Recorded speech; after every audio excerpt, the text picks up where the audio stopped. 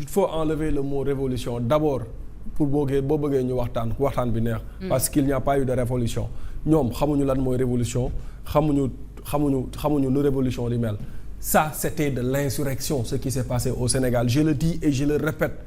2021 à 2024 li fi xewoon du révolution insurrection la xale yi nga xamante ni dañoo faatu dañ leen a nax ci ñaari côté bi ci njëkk mooy Ousmane Sonko moom moo génn te la nga xamante ne moom lañ ko tuumaal mu ni dañ koy complot ba pare ne xale yi c'est un vrai combat de gladiateur l'heure n'est pas de trop xale yi génn jaay seen bakkan parce que jàppoon nañ ne Ousmane Sonko dañ koy complot et bi mbir mi demee ba ne këtt ne jonn bañ ne Ousmane Sonko ñëwal nga def test ADN pour ñu setal la dafa bañ ba tëdd ci naaj bi ba tey jii nanguwul def test ADN ñoom ñoo nekk au pouvoir lan moo ko teree def test ADN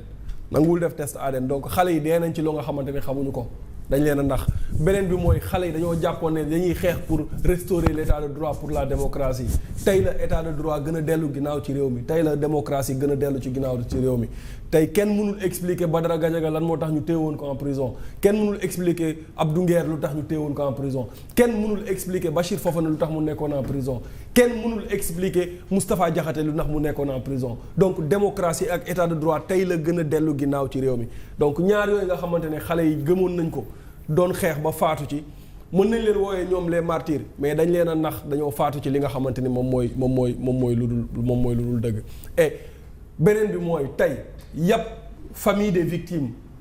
la maa ñëw ci victimes yi yàpp ñi nga xamante ne faatu nañ ci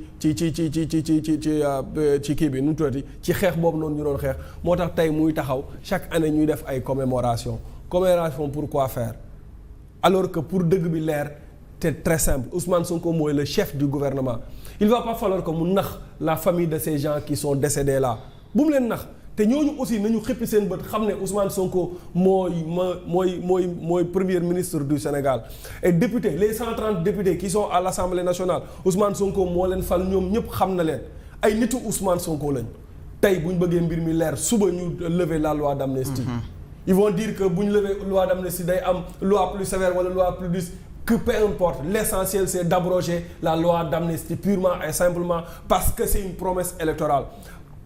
ne serait-ce que pour le repos de l'âme de ces gens-là war nañu mën a def un acte bu nga xamante ni un acte de bravoure wala boog un acte de bon je sais pas nan laa koy qualifier de courage de lever cette loi d'amnistie là parce que tey on peut pas situer les responsabilités un parent des martyrs mooy le jeune qui avait 15 ans Momo li ngay wax ni loolu la doon consolider parce que nee na ñoom déjà bëgguñu ñu woo leen ci boobu le Grand Théâtre parce que Grand Théâtre jàpp nañ ni c'est un lieu boo xamante ne ni ay caaxaan a fay am li ñu bëgg mooy ñu leeral lan moo rey seen ay doom ñoom ci loolu lañ taxaw pour ñu leeral ko nag même les parents ne sont pas en phase non pour ñu leeral dama ne la moi Nafi man dama xam ay nit yu nga xamante ne seen doom dañoo ñàkk seen bakkan ci circonstances yu ñu xamul te am na ci ñoo nga xamante ne nee nañ bal policiers yi reyu leen Macky Sall avant de quitter le pouvoir moo toog devant tout le monde ne les enquêtes sont là c'est un chef d'État qui parlait mu ne aucun de ces gens-là yi nga xamante ne faatu nañ balu policier reyu la balu force de défense et de sécurité yi reyu la mu ne les enquêtes sont là Macky Sall moo ko wax tey les enquêtes sont avec eux ñoom ñoo nekk au pouvoir ils ont tous les renseignements ils ont tous les enquêtes ils ont tous les éléments xam nañ kan moo rey kan nan lañ ko rey et le ministre de la justice avant muy nekk ministre de la justice bi mu nekk ci opposition waxoon na ko fi interviewé nañ ko mu ne xam nañ mu ne les preuves sont là xam nañ ñi rey xam nañ nañ leen rey donc li des moom mooy def li nga xamante ni moom mooy la justice qu'est-ce qui empêche à Ousmane Sonko de demander à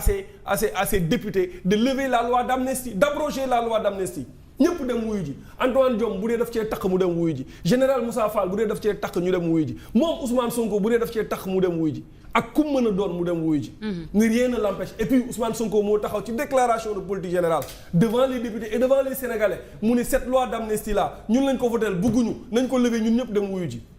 Qui a la majorité aujourd'hui c'est pas eux. kan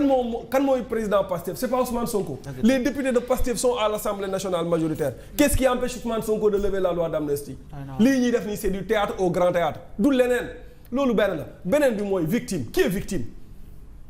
Maître El Hadji Diouf du victime. taaluñu këram. Matar Ba du victime. léegi xaalis bi nga xamante ne moom la Maïmouna Dièye wax ne moom la ñu jëlee ci liñ votel ministère am bi mu jël ci tekk ci xaalis pour sédd ñi nga xamante ne ñoom ñoo nekkoon en prison. mais ñi nekkoon en prison lan moo tax ñu jàpp leen mais c'est eux qui brûlaient les institutions. Et il y a beaucoup de Sénégalais qui ont perdu leur bien comme ça gratuitement. demal marché Zing suma koñ. y a beaucoup de jeunes yoo nga xamante ne ba léegi mënuñoo liggéey parce que dañoo dem leb banque pour tijji seen i charger seen i marchandises. pour vandaliser foofu noonu. y a combien de banques la ñu brûlé y a combien de Auchan la ñu brûlé ñaata station service la ñu brûlé les voitures des gens. Makumba Bey taaluñu oto. wax mais ñooñu duñ ay victimes Makumba Bey est-ce que jot na 500000 fukki dërëm jotu ko du victime wala léegi dañoo ñëw dañuy ndàmp ñi nga xamante ni doon nañu yàq pour encourager la médiocrité mais pour encourager la violence et pourquoi faire. On n'était pas dans une révolution on était dans une insurrection qui ne dit pas son nom et cette insurrection ki nga xamante ni moom moo ko jiite woon mooy tey le chef du gouvernement Ousmane Sonko moo jiite insurrection boobu parce que Ousmane Sonko moo toog devant tous les Sénégalais ne victimes yi li muy gën a bari muy gën a nekk pression ci Macky Sall ça c'est un aveu bu ñu demoon doon àtte loolu aveu la. aveu de culpabilité moom moo toog ne victimes yi li ñuy gën a bari muy gën a nekk pression ci Macky Sall. kan moo rey xale yi kan moo génnee xale yi kan moo leen di génn leen ngeen xeexi c'est Ousmane Sonko le responsable et il n'y a pas d'autre responsable que Ousmane Sonko. li xew ci réew mi 2021 à 2024 kenn nekku ci responsable c'est Ousmane Sonko. ñeneen ñëpp ay complices lañ mooy ñu ko doon jàppale. et il doit répondre de ses actes. na bàyyi sénégalais yi muy nax. sénégalais yi tal nañ lu dul ay commémorer ñi nga xamante ne seen doom dañoo faatu comment ils vont voir Ousmane Sonko très jovial ba pare toog ci devant tout le monde. di wax ay waxu candidature am ce qui li ko ñor du lenn lu dul sa candidature. Pourquoi il veut coûte que coûte être président de la République. sol yére bu rafet dawal oto bu cher. Ousmane mën a sañ sa nag boobu ngay tudd dinaa la ci mës a. Ousmane mën a sañ sa nag oto ba daal cher na oto bi daal mën xaar genre oto yu njaga Ousmane téye na nag mën na dara de. ba pare affaire commémoration bi jour bi man je pensais que c'était les événements de mars. Mais je vois que mois décembre lañ ko def je ne comprends pas peut-être on commémore quelque chose annuellement bu anniversaire jotee je pense maintenant je ne comprends pas pourquoi ñu def ko décembre njaga benn la ñaareel bi mooy jàngat ban ngay def ci xew-xew bi nga xamante ni moo amoon démb. journée des martyrs dafa nekk ci calendrier républicain da cee nekk wala nekku ci. journée des martyrs dafa nekk ci calendrier républicain bi wala nekku ci. non gëwuma ko je ne pense pas. nañ ko changer beneen tur. lu ko mooy mbir mi dina ëppi loxo bu dee mouvement bu jug rek doon xeex sa ak yelleef wala di xeex li nga bëgg am ñu ca duñ ci jàpp wala am ñu ca faatu rek ñu ni dañ leen di defal journée des martyrs am na lu xew Casamance ay nitam fa daje. tuddee seen bopp nu leen neexee ci benn association di xeex seen ak yelleef ci ñoom jàpp ni dañoo war a jox seen indépendant am ñu ca rey ndax ñooñu dañoo war a toog ba ci yàgg rek porter plainte général Kandé ma fa nekkoon. daan ni ñoom it dañuy def journée des martyrs bi ñuy dàq 16 policiers yi di rey 16 policiers yi ci jamonoy Abdou Diouf am ñu ci faatu ndax ñooñu tamit dañoo war a jekk def benn association ni journée des martyrs. su boobaa journée des martyrs yi dañuy bari. parce que fii ku nekk am nga sa martyr. parce que nit ku nekk am nga fi sa bis. léegi nag lan moo ci xew mooy nañu arrêté loolu. te xool beneen tur bu ñu ko tuddee dafa am ñu gën a yeyoo journée des martyrs dafa am ñu koy gën a yeyoo te saa su nekk may waxtaan ak ñoom ma leen di teewal ci ay plateau muy militaires yi nga xam ne ay invalides lañu. faatu dem guerre ji woon am ñoo xam ne dañoo dee ci guerre boo xam ne ci drapeau Sénégal ci la ñu nekkee mosoo dégg ñu ni ñoo ngi leen defal journée des martyrs. te ñu ngi réclamer sax seen ay droits te ñoo ngi réclamer chaque jour. seen i àq ak seen i yelleef seen veuve yaa ngi nii wala amatuñu fu ñu nekk. fa ñu nekkoon sax génne nañ leen parce que nee nañ leen seen li taxoon ngeen nekk ci logement yi mooy bi seen jëkkër doonee militaire te ay militaire lañ koy do tey seen i doom jàngatuñu. ndax ñooñu defal nañ leen journée des martyrs te ñoo ko gën a yeyoo fuuf. beneen bi damay gis dañoo wax président Diomaye ñu yuuxoo ko fa ñu bàyyi ba yuuxoo yi saf-saf ñu soog a wax ni bàyyi leen yuuxoo yi mais am na loo xam da nga koy préparer avant ngay ñëw saal boobu. parce que di nga xam la fay xew. ñu jaxase nag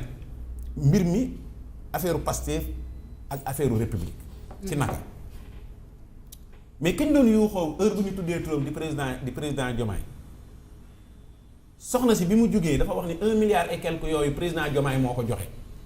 ci martyr yi. Maimouna maanaam Dieng indi ko.